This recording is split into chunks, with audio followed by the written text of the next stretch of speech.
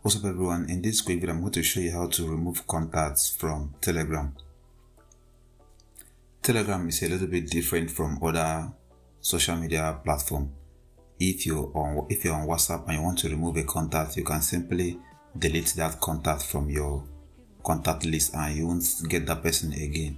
But on Telegram used to store their contacts on their server, so people you exchange number with for the past 10 years, you can always go to your contact list and see them, even if you don't have their contact on your mobile phone anymore.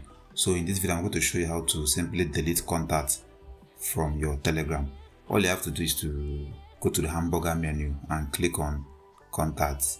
You look for the contact you want to remove. I'm going to use the first one as an example, and click on the profile, click on the three dots menu and click on delete contacts.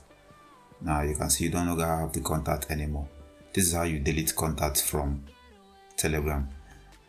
That will be all for this quick video. See you guys in the next one. Peace out.